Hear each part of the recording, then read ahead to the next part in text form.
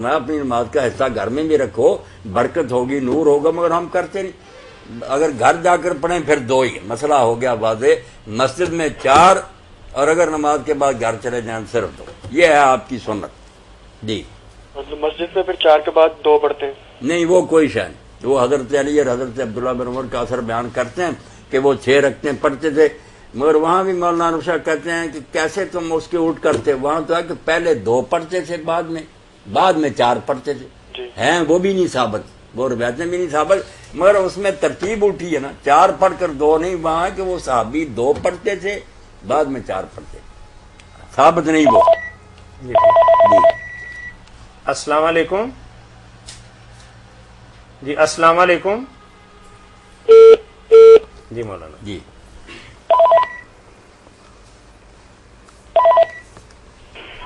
السلام علیکم جی، السلام علیکم۔ السلام علیکم جی وعلیکم السلام۔ بھائی وہ آپ سے بات کرنی تھی کہ میرے ہسبینڈ جو ہے نا آج کل بہت پریشان ہے، ان کا کوئی کام وغیرہ نہیں چل رہا ہے، تو کسی کے پیسے دینے، انہوں نے کافی بلکہ لوگوں کے پیسے دینے ہیں، تو بہت پریشان ہے، روزے کی حالت میں جھوٹ بھی نہیں بولتے اور لوگ بار بار آ کے تنگ کرتے ہیں پیسے دیں پیسے دیں۔ تو آپ پلیز کوئی ایسا وظیفہ بتا دیں کہ ابھی لوگ تنگ نہ کریں، کچھ عرصے کے لیے ٹھہر جائیں، اور کوئی کاروبار کے لیے بھی بتائیں کہ ان کا کاروبار چلے۔ یہ کیا ہم بتا سکتے ہیں بہن، اس بارے میں دعا کریں اللہ تعالیٰ سے، یہ مبارک مہینہ ہے، یہاں تو دعائیں بہت قبول ہوتی ہیں، یہی وظیفہ ہے کہ اللہ کی بارگاہ کے اندر گڑ گڑائیں اور دعا کریں، یہی بہترین حل ہے بہن۔ آپ کچھ ایسا بتائیں کہ پلیز وہ، میں نے بتایا نا کہ جب آپ اللہ کی بارگاہ کے اندر ہاتھ اٹھائیں گے تو پھر وہاں کسی اور چیز کی ضرورت رہے گی جہاں آقا خود دینے کے لیے تیار بیٹھے ہیں۔ چلے ٹھیک ہے، تھینک یو جی۔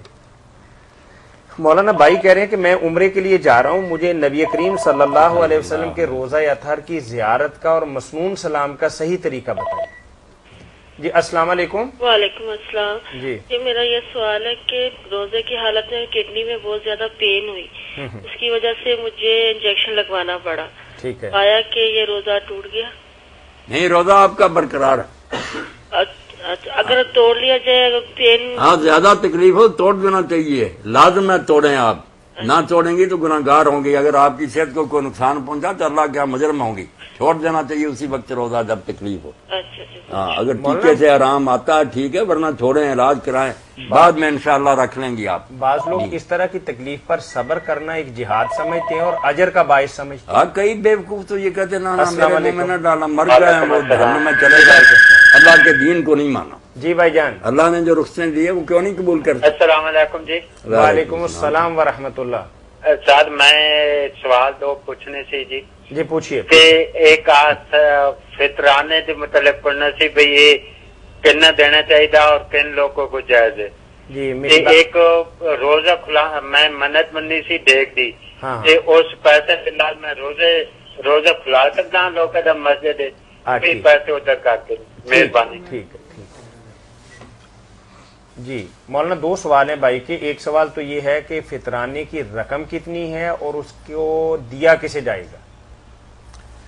صدقہ فطر کی مقدار جو ہے نا کہ ایک آدمی کی طرف سے کتنا صدقہ فطر ادا کیے، اس کے بارے میں جو پکی اور صحیح بات وہ ہے یہ کہ اگر گندم کے علاوہ دوسری چیزوں سے صدقہ فطر دیا جائے نا، جنسی دینی ہو، کھجور یا جو وغیرہ، تو 1 سواد 2.5 کلو، اور اگر ہے گندم تو 1.25 کلو، آدھی ہے دوسروں کی نسبت۔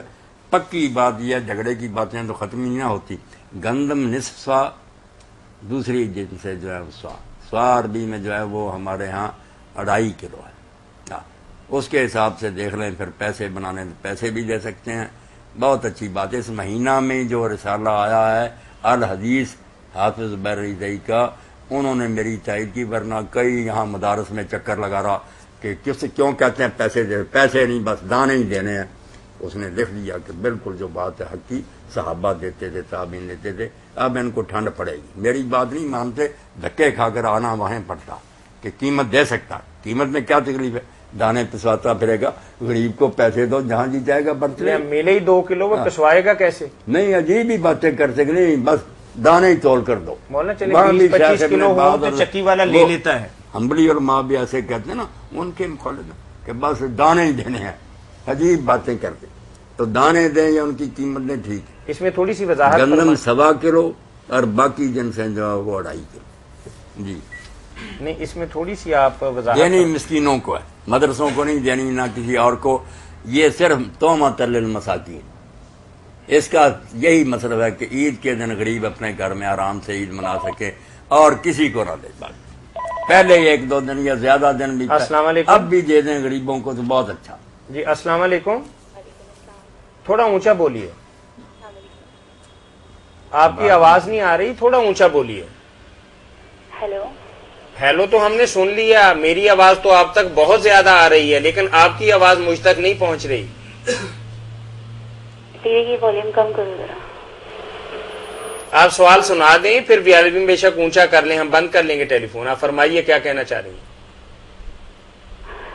میرا سوال یہ ہے کہ رمضان میں جب ہم مطلب قرآن پاک پڑھتے ہیں نا، زیادہ سے زیادہ کوشش ہوتی ہے کہ ہم قرآن پاک پڑھیں، تو بچہ چھوٹا ہو 1-2 ماہ کا ہے، بار بار رو رہا ہے، گود میں لے کے یا فیڈ کرواتے ہوئے ہم قرآن پاک پڑھ سکتے ہیں؟ بہت اچھا سوال ہے آپ کا، بالکل جواب دیتے ہیں آپ. یہاں پہ جیسے اب آپ کا پروگرام لگا ہوا ہے، ہم دین کی باتیں سن رہے ہیں، اس دوران ہم قرآن پاک پڑھتے پڑھتے ایسے پروگرام دیکھ سکتے ہیں یا نہیں؟ نہیں، پھر تو توجہ نہیں رہے گی. پہلے سوال کا مولانا جواب دیتے ہیں آپ. ٹھیک ہے. ہاں ٹھیک ہے. بتائیں نا کیا بات. بہن کہہ رہی ہے کہ بچہ گود میں ہے، وہ مطلب پیشاب پخانہ بھی کرتا ہے، تو میں تلاوت کر رہی ہوتی ہوں، تو اس حالت کے اندر بچے کو گود میں اٹھانا بھی، بعض اوقات فیڈ بھی کروانا پڑتا ہے، تو کیا شرعی اعتبار سے میرے اوپر کوئی پابندی تو نہیں؟ نہیں، کوئی پابندی. بچے کو دودھ بھی پلائیں، پخانہ پیشاب بھی کرتا رہے. آپ کا وضو ہونا چاہیے. اس کے پخانہ پیشاب کرنے سے آپ کا وضو نہیں ٹوٹتا.